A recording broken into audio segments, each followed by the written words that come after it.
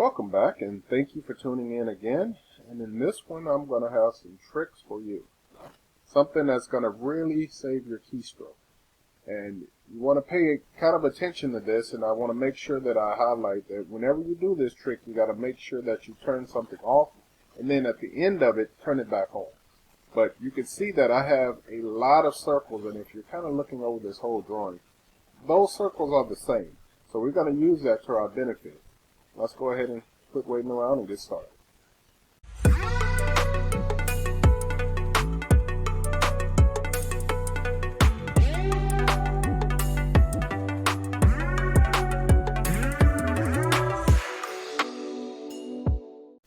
The first thing we're going to do is we're going to create all of these circles, and I'm going to do them really quick. So pay attention to the steps that I'm going to go through in order to show you how to turn those off. So looking at AutoCAD, what I'm going to first do is turn off the grid, and then I'm going to turn off my dynamic input. Now don't worry, if you don't have this on, I'll show you how to turn that on. Let's go to the three bars here on the side, and then we're going to scroll up until we see dynamic input. Go ahead and make sure that there's a check beside that. This is the key. It's turning this one off, and then we can get these circles done rapidly. Now, what the dynamic input is that it's one of those things that are on your screen that allows you to see things. For example, that if I draw a line, and when I start clicking here, you see that I have some things happening on the screens, right? I have a line, and it's giving me a distance and some other information. If I turn this off, and this is dynamic input, it's also going to be our function key 12. So if you're looking on your keyboard, it's function key 12. But if I turn this off, and now when I do the line command, I type in L, you'll see that it only gives me that on the command line, right? It's no longer following my cursor around. Once I hit the enter button, I'll select here, and you can also see that I don't have that information on the screen anymore, right? So that's what the dynamic input is doing. But I want to make sure that I turn that off in order to do these tricks of getting all these circles created. All right, so I have this turned off, and then I'll have my dynamic input turned off. Let's go ahead and use the circle command. And I'm going to click here, and I'm going to create the first circle. Now I'm going to type in 25. And if you're following along and you're trying to figure out the numbers that I'm typing in, you're going to have to remember to look down at the command line, as it will not be on your screen following my cursor around. So this one is 25 for the radius of this circle, right? I'm just going to double click the middle mouse wheel, or we can select this icon here to zoom the extent. And then I'm going to zoom back just a little bit more. Now, to create the other ones, what I'm going to do is I'm going to use the grips. What I mean by that is that I'm going to select this circle, right? And then I'm going to select either one of these quadrants, and it does not matter which quadrant that you select. I'm going to select this quadrant, and then I'm going to use the copy function in this command. So I'm going to go and select the word copy. And then from here, all I have to do is type in the radius of my next circle. So I'm just going to type in 20, enter, then 15, enter, 10, enter, then 5, enter, and then hit the escape button twice, right? So I've created all of those circles super quick now without even having to, necessarily go back up to the circle command and do this over and over again. So that's a really useful thing. Now that I have all these circles created, let's go ahead and turn our dynamic input back on. And then I'm going to use the copy, right? So I'm just going to take these three circles, and I'm going to choose copy. I'm going to select the base point, which is here. I'm going to go this direction. Let's go and turn our ortho on. As long as I'm aiming this direction, I'll type in 55, enter, and then 110, enter. I'll go ahead and hit the escape button twice. Okay, so here on the drawing, you can see that we created here. My number 55 I got here, and I just doubled that number because we have 55 plus another 55. That's how I got my 110. All right. Now, with this circle on the inside, you can see that I am missing a line, right? So I have the 25 and I have the 15. So I'm just going to go ahead and delete the circle that's on the inside of this one. And then we're going to start modifying this stuff just to make it match. Okay. Let's move this over. Let's go ahead and delete that circle there. What I'm going to do next is I'm going to draw a line. And I'm going to draw it from this quadrant going all the way up. I'm going to use the trim command, and I'm going to trim off this portion here. as well as the part that's on the inside of here. Now let's go and take a look at our front part of our circle or our shape here. So I'm going to draw a line, again, just like I did before, in this center, going straight up. And like I did with the other one, I'm going to use the copy command, and we're going to calculate how far we need to make these copies. So in this one, you see that that distance from this quadrant, or the center of here, is 5. So that's going to be my first distance. I'm going to copy that line. And then I'm going to add 19 to it. So 5 plus 19 should give me 24. Alright, so let's go to the copy command. Go ahead and select your line. Enter. Select the base point, and once again I'm moving a distance. Also make sure that you have your ortho turned on. As I'm aiming this direction, I'm going to type in 5, enter, and then the 19 plus the 5, remember, is 24.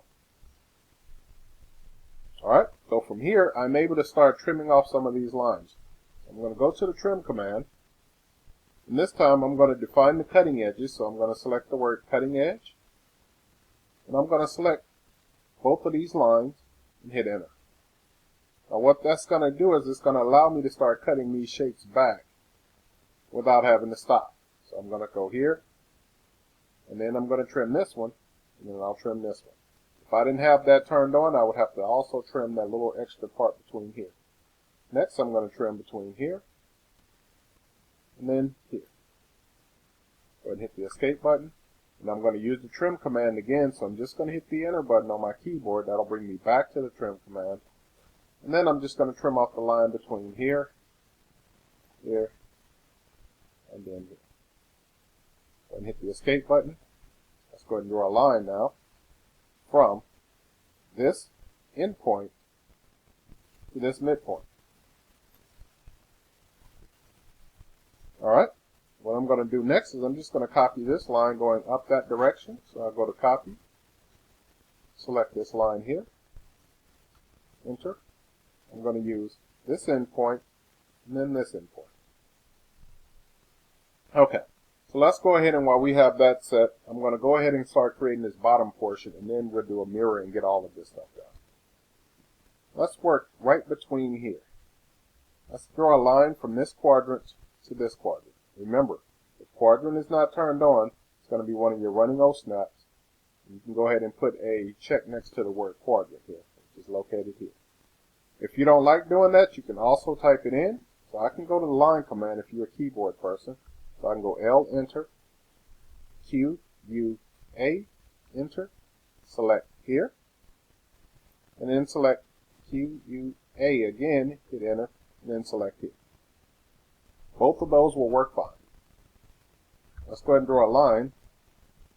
And once again, I'm typing that in instead of actually using the command at the top. It seems to be a little bit quicker. And I'm going to go down from this midpoint. And once again, there's another thing that I want to make sure. I have midpoint turned on as one of my running O snaps. So these are going to be typically the ones that I have turned on. Let's go from this midpoint, going down a distance of 15. Escape. And now I'm going to select this line. I'm going to select the grip on the front here. Spacebar twice, or until I see the word rotate. I'm going to select the word copy here on my command line. And then I'm going to type in 45, enter, negative 45, enter. Go ahead and hit escape twice. Now I can go ahead and erase all of this. And I'm going to use trim. I'm going to trim off this portion here.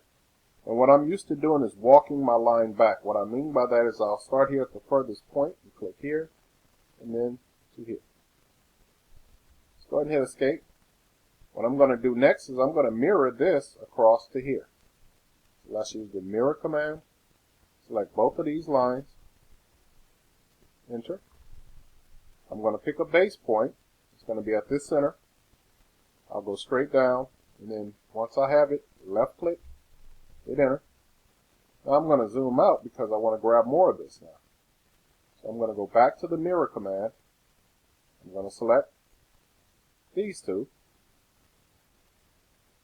as well as these two lines.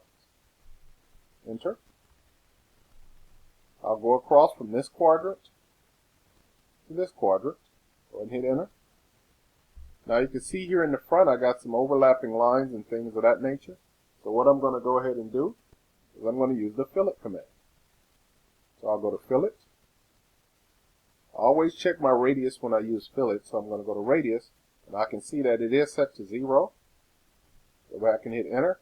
Then I'm just going to select the fillet between these two lines. Alright, I have one more trim left, so I'm going to go to trim.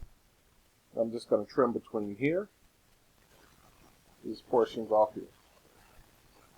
And with the trim command, if you're using a older version, you can also use it to erase these lines off here in the front.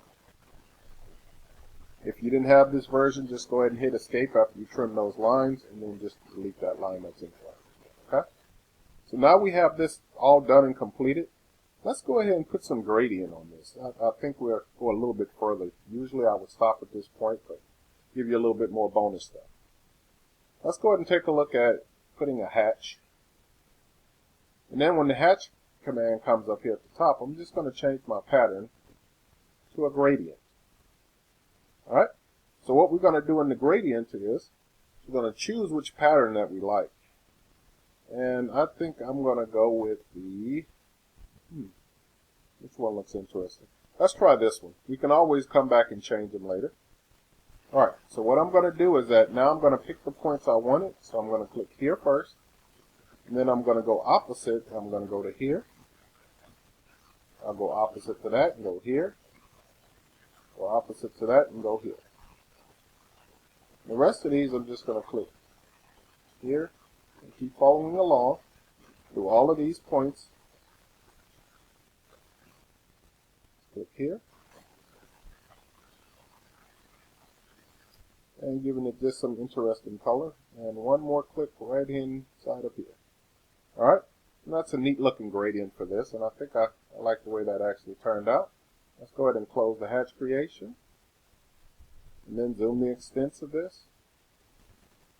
Let me back out just a little bit. Alright, so I hope you enjoyed watching this one. I'll try to, bring more entertaining stuff to you. And if you like this, please like and share, and leave me a comment if there's something that you want to see me do, or maybe I didn't explain something clearly. And thank you for watching.